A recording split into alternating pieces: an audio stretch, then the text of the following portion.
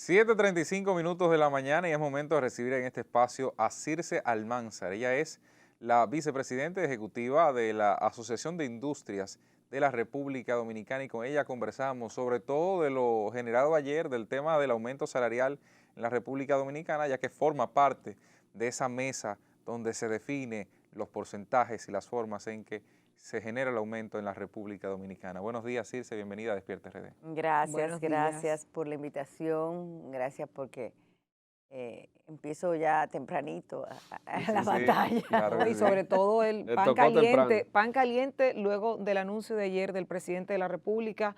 No es más propicia la ocasión para tener una empresaria y del sector que maneja todo este tema y que nos diga las expectativas de esto, cómo ustedes lo ven, pero sobre todo cómo se llegó tan fácil, que ahí es lo que discutimos, a ese acuerdo. ¿Cómo se llegó tan fácil? En promedio es un 24% que se ha aumentado. Bueno, primero, esta ha sido una negociación diferente, no, quizás no en el marco de todo el tema mediático que se producía antes y de todo el mundo lo veía, porque habíamos tenido reuniones no tripartitas, sino bilaterales entre sector empresarial, sector laboral, sector empresarial, sector gubernamental y sector laboral y sector gubernamental. Y teníamos aproximadamente 2 semanas y pico o más en conversaciones, diálogo y reuniones. Y la verdad que nosotros sí entendíamos la importancia de que no fuera algo, y entendemos que ha sido muy positivo, que no fuera esta discusión traumática, porque estamos inmersos no solamente en un problema de la pandemia, una crisis generada por la pandemia, sino también en medio de una incertidumbre causada también por la pandemia, pero de alzas de precios, que está afectando a la población, a los consumidores. Entonces, yo creo que fue positivo. El ministro de Trabajo jugó un rol muy importante en esa negociación y ya al final, el último cuplé, como yo digo, del presidente de la República, que fue lo que ya eh, hizo Requintó. que exactamente que las partes nos pusiéramos de acuerdo y él realmente fue un actor importante en esa bendición o en ese acuerdo final. Pero sí, realmente yo creo que fue un ganar-ganar. Es retador para la industria, pero la industria asumió su compromiso. Ustedes saben que el salario mínimo se discute en diferentes renglones y es una tarifa de salario mínimo que refleja lo menos que tú puedes pagar. O sea, no quiere decir que es lo que tú pagas, porque por ejemplo el sector industrial paga, es uno de los sectores que más paga, después del sector financiero es el que más paga. El sector financiero porque sus empleos son diferentes, o sea, son empleos de más calidad, pero nosotros rondamos más de un 50% del salario mínimo, del más bajo del promedio de la industria, y esto ha sido un compromiso, pero ustedes recordarán que también es retador porque estamos en una pandemia, no todo el sector industrial ha tenido la misma suerte, hay industrias de consumo masivo que les ha ido mejor, pero hay otras que tuvieron que cerrar mucho tiempo, como la industria de materiales de construcción, como otros tipos de industrias. Pero nosotros siempre comprometidos como sector que apoya a nuestro país, que abastece nuestro país, que es resiliente. Ahora hay otros sectores que esto no le impacta porque se negocian aparte, como lo es la zona franca, el turismo y algunas áreas de la construcción. Claro. Circe, el tema del aumento al sector no sectorizado siempre genera mucha confusión a la gente, sobre todo porque la gente no entiende, no sabe cómo define una empresa, cómo la califica per se, sino que sencillamente va, cobra, es nombrado, es designado, es contratado para asumir una posición o un trabajo dentro de una empresa. Y quisiera ver si ustedes tienen en el futuro cercano la discusión de los sectores que quedaron fuera para el aumento salarial, como lo es zona franca, como lo es turismo, como lo es construcción, o cómo definen ustedes el monto que finalmente termina Lo siendo primero es eso, y quería completar un poco la idea inicial de por qué es un ganar-ganar. Primero porque ustedes, bueno, Gilbert sabe porque él participaba mucho en esas coberturas en ese Cogíamos momento, una gran lucha ahí, ¿eh? una gran lucha. Em, yo creo que tú también llegaste a Sí, sí, me participar. tocó. Te En el gobierno tocó, pasado, sobre ¿verdad? Te todo. tocó. Em, y nosotros teníamos desde el 2006, 2007 solicitando una adecuación en la clasificación de las empresas. Una adecuación que luego se completó con una ley que se aprueba en el 2008, la primera ley de MIPYMES, Ujú. que establece una clasificación. Esa ley de MIPYMES establece tres criterios. Ujú. Era muy complejo aplicarla. No sé si ustedes recuerdan. Entonces la gente pensaba que el sector empresarial lo que utilizaba esa solicitud o ese requerimiento para retrasar el proceso de negociación, porque era complejo. La gente tiende a pensar que esto puede, el sindicalista, yo me pongo en su lugar, diría, ah, no, pero tú me estás poniendo eso por un gancho, Ujú. por los niveles de desconfianza a veces. Pero realmente es que nos estaban adecuando la categoría o los criterios para establecer una empresa desde el 2004. O sea, nosotros teníamos el último criterio, se aprobó 2004, 2006, no me acuerdo. Imagínense el rezago, que para considerar una empresa grande, tú tenías que tener una existencia de más de 4 millones de pesos. Existencia quiere decir inventario, todo lo que Ujú. tú tienes, desde factura, desde mercancía, activos que tú tengas ahí. ¿Quién no tiene 4 millones de pesos? Porque ahora una nevera, freezer de un colmado, te puede costar 300 mil Sí, pesos, sí, así ¿verdad? es. Entonces imagínate tú malas mercancías que tengas. Y eso era muy difícil de controlar porque cómo tú defines qué es lo que tú tienes aquí. O sea, ustedes me pueden decir cuánto vale lo que está aquí. Entonces es un tema complejo. ¿Qué hicimos? Aplicar en la resolución por primera vez los criterios que están en la ley 187-17, que fue la posterior, que ya deja en 2 criterios ventas y trabajadores para tú definir las empresas y ponerla en la resolución del Ministerio de Trabajo y ya establecer las tarifas en base a esa clasificación. Entonces, en vez de tú tener gran empresa, mediana empresa y pequeña empresa, ahora tú tienes gran empresa, mediana empresa, pequeña empresa y Y microempresa. Una gran empresa es aquella que tiene más de 150 trabajadores, pero que tiene ventas brutas anuales de más de 202 millones de pesos, lo que sea mayor, fíjense qué es lo que sea mayor. Si tú tienes un trabajador, si tú tienes menos de 10 trabajadores y vendes más de 200 millones de pesos, tú eres grande. Mm. Ah, ok. O sea, Sí, sí, sí, sí, sí. claro. Porque ya Lo que entra se llegue dentro de la más primero, alta. como la Se garantía llegue de los primero. vehículos. 100.000 Claro, kilómetros, porque 3 no es años. justo. No es justo para las empresas que contratan muchos trabajadores también, porque si tú eres una empresa de servicio, que por tu intelecto tú ganas muchísimo dinero, tienes 2 empleados, tú mismo, o lo que sea, 3, pero ganas mucho dinero, más que una industria de queso que está al lado, que tiene quizá 30 trabajadores, es justo que la empresa que gane más pague más Claro, salarios a su trabajador. claro. Y normalmente es así, ¿eh? Porque una empresa de servicio que en base a su intelecto paga más. Pero imagínate el conserje de esa oficina, que debería ganar un salario justo. Y así pasamos a la mediana, la mediana es una nueva, aunque había la mediana, nosotros lo que logramos es, en la anterior clasificación, había una brecha muy grande entre la gran empresa o el salario de la gran empresa y la mediana. Tú pasabas de aproximadamente una brecha de 3,000 pesos, porque eran 17,610 pesos para la grande y la que le seguía, que era la mediana, eran 13,000 y algo. Entonces había una brecha grande. Entonces, para tú poder incluir una nueva tarifa de salario mínimo y tú no puedes bajar salario, ¿verdad? Porque como Claro no que puedes no. bajar, la micro tenía que pasar a la pequeña. Por eso que la mediana es la que surte el efecto más grande, el aumento más grande. Exactamente, por eso que tú ves que la mediana te dice 52%, Exactamente. porque Exactamente. ahí fue donde hubo Circe, realmente hay una pregunta que se está haciendo ya desde ayer en algunos sectores. ¿Qué va a ocurrir con algunas empresas que quizás no puedan pagar ese incremento? ¿Habrá Ujú. despidos?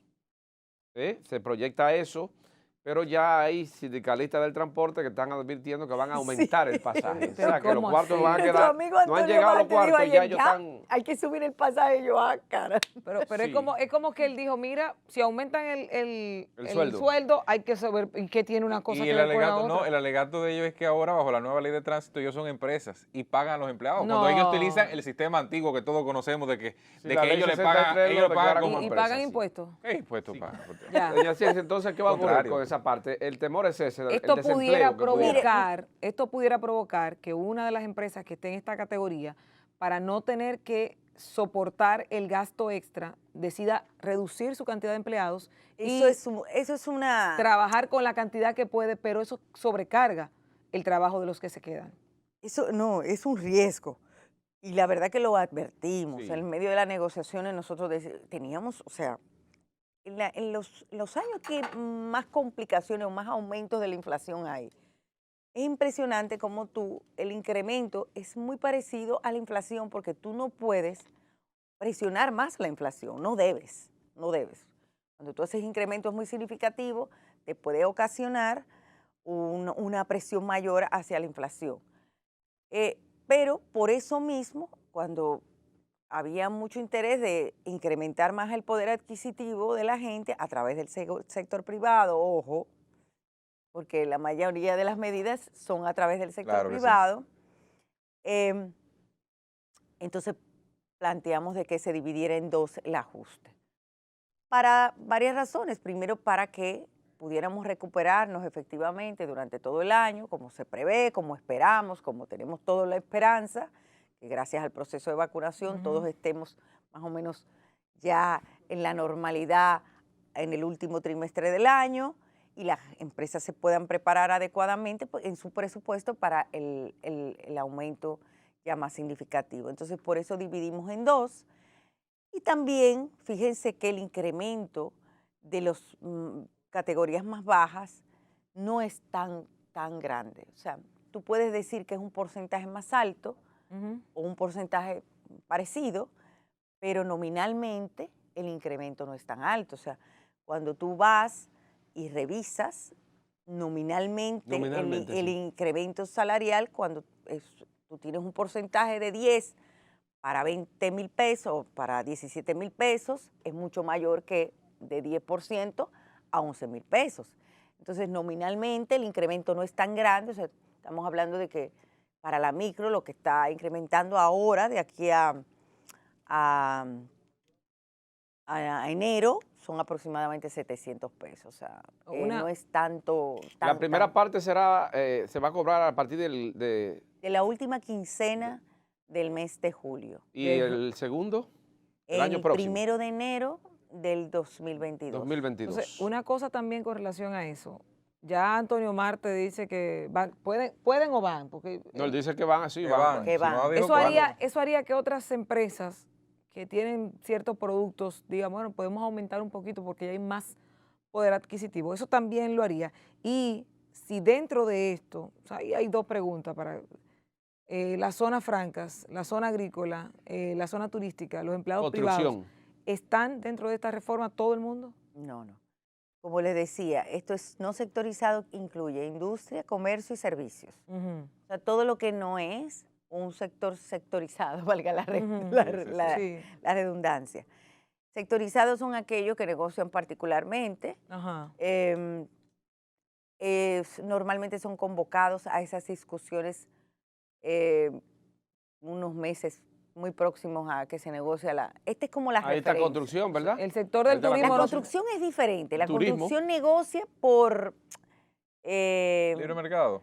No, la construcción negocia por actividades... Por ajuste. De la construcción, por ejemplo, el varillero, Sí. El carpintero. Por área. Exactamente, o sea, por áreas de trabajo, por especialidad. Correcto, sí. Entonces... Yo soy maestro en varilla, yo tengo... Exactamente, ellos lo que hacen es que negocian tarifas. Sí. Y ellos lo hacen también cada 2 años posteriormente a que se negocia el no sectorizado. Este es como la sombrilla y luego de esta se va discutiendo los Exacto. demás sectoriales. Pero lo del La aumento... de campo Ajá. sí está en esta resolución, La agrícola. la agrícola. Ok, Que entonces se turismo incrementó no. un 25%. Ok, turismo no y la zona franca tampoco, pero No. agrícola sí. Y lo de construcción, eso es como el Sí, sí, cine, te exacto. contratan por un trabajo y listo. Pero la otra pregunta era el tema de si esto pudiera provocar también que igual que Antonio Martí Conatra, otros sectores decidan aumentar. Mira, la verdad es que los industriales, te voy a hablar por los Ujú. industriales que son los que producen la comida, que producen los materiales, lo que Ujú. sea. Es muy difícil o sea, tú estás en una situación de incrementos de materias primas Ujú. que es complejo, pero eso, conjuntamente con un incremento de salario, tú dirás, bueno, puede afectar sus costos. Ahora bien, también tiene que vender, ¿verdad? Claro que sí, porque La hay que industria ganar tiene que vender. dinero. Y si tú no tienes recursos económicos para comprar los alimentos o los productos de primera necesidad, entonces es un círculo vicioso. Entonces, además de nuestro compromiso, es retador, como decíamos, es una situación compleja, Ujú. más en un momento de incertidumbre en los precios internacionales, pero tú también tienes que darte cuenta de que para seguir empujando la economía como va, nuestro país es un país saludable, es un país sano económicamente, pero tú tienes también que jugar un rol de empuje en ese Circe, crecimiento. Ponerle Circe, gasolina. hay desde ayer que se dio a conocer un decreto a través de los medios de comunicación en el que 9 sindicalistas fueron pensionados. Ya la gente comienza a lucubrar una serie de cosas y se habla de que pudiera haber una negociación entre que se elimine la cesantía para el próximo año, para ello poder haber llegado a ese tema de la pensión de 75, 50 mil pesos para esos 9 sindicalistas. ¿Qué usted nos orienta en ese sentido? Yo la verdad que me enteré también, igual que ustedes, eso salió justamente saliendo de la reunión del Comité de Salario, empezó a divulgarse por los medios. La verdad que me pareció como tosco, alguien como que quiso hacer algo Sí, con malicia. rodar el decreto a ese día, ese Sí, día. porque realmente no, o sea, en el mismo momento que estamos negociando Sí. salario, como para creer que eso fue una venta, yo le pregunto, ¿ustedes creen que quedaron mal los sindicalistas? ¿Ustedes creen que quedaron mal parados? La gente cree que hubo un trueque ahí. No, para nada. O sea, si tú ves ellos quedaron muy bien parados. O sea, fue una negociación que a todas luces ellos quedaron reivindicados. Hay gente Claro, es seria. verdad que piden 40% Sí. siempre, pero eso es Sí. algo normal. Ya ustedes saben. Sí, ya. el tema de la reforma fiscal no podemos irnos sin usted tratarla. Ya se habla de que hay Eso consultas está a los como el distintos anillo de sectores. Sí. J-Lo. ¿La reforma para cuándo? Pero no solamente esa, hay 2 reformas paralelas. Una es la del pacto social que lo anunció el presidente Así es, recientemente así. y que ahí se discutirá el tema Me quizás de la encantó eso, cesantía y eso demás. fue algo muy interesante que se planteó en medio de este proceso de diálogo. El presidente, cuando estuvo reunido con nosotros antes Antes de ayer. porque él se reunió tanto con nosotros previamente como con el sector laboral de manera previa. Y parte de lo que hablábamos era eso, si esto salía bien, la forma en que concertamos, esto es un paso o abre la puerta para la discusión de la reforma laboral que ya la hemos trabajado y que solamente le quedan las discusiones de 2 aspectos. Si ustedes se acuerdan, y somos los mismos actores, somos los mismos. ¿Cuáles No son esos cambiaron. 2 aspectos? Lo único que ellos tienen más años que yo en el tema. Circe, los aspectos y el tema de la reforma Los 2 fiscal. temas que nos quedan es cesantía, que por supuesto es el tema más conflictivo, Sí, la complicado. cesantía, la liquidación, y el tema de la jornada laboral. La jornada laboral, y creo que va a meritar también más profundización después que vimos todo este tema de la virtualidad y todo esto, cómo se trabaja. Teletrabajo. Yo creo que eso vamos a tener que discutirlo. Y la seguridad social es un tema más profundo, Así es. muy profundo, que bueno, el Congreso está también en estas discusiones, pero tendremos que revisar. Pero es necesaria una reforma a la ley 8701 de seguridad social. Eso es muy necesario, sobre todo para que los trabajadores, después que cumplan un tiempo útil sirviéndole a su país, puedan disfrutar de su vida sin estar gastados. Hay que hablar, sí, desde luego, de la reforma fiscal de lleno, Sí. dedicarnos a eso. Pero es que no. Hoy el tiempo no nos da. Bueno, gracias a Circe Almanzar, Gracias a vicepresidenta ustedes. ejecutiva de la Asociación de Industrias de la República Dominicana, AIRD, que ha estado dándonos las pinceladas y las respuestas a estas cuestionantes de la buena noticia que daba el presidente ayer del aumento salarial. Con ella nos despedimos, agradeciendo como siempre su fidelidad y sintonía. Los dejamos con la programación de Telecentro y Telemicro Internacional. Mañana el equipo de Los Elegidos está aquí con ustedes. Hasta luego.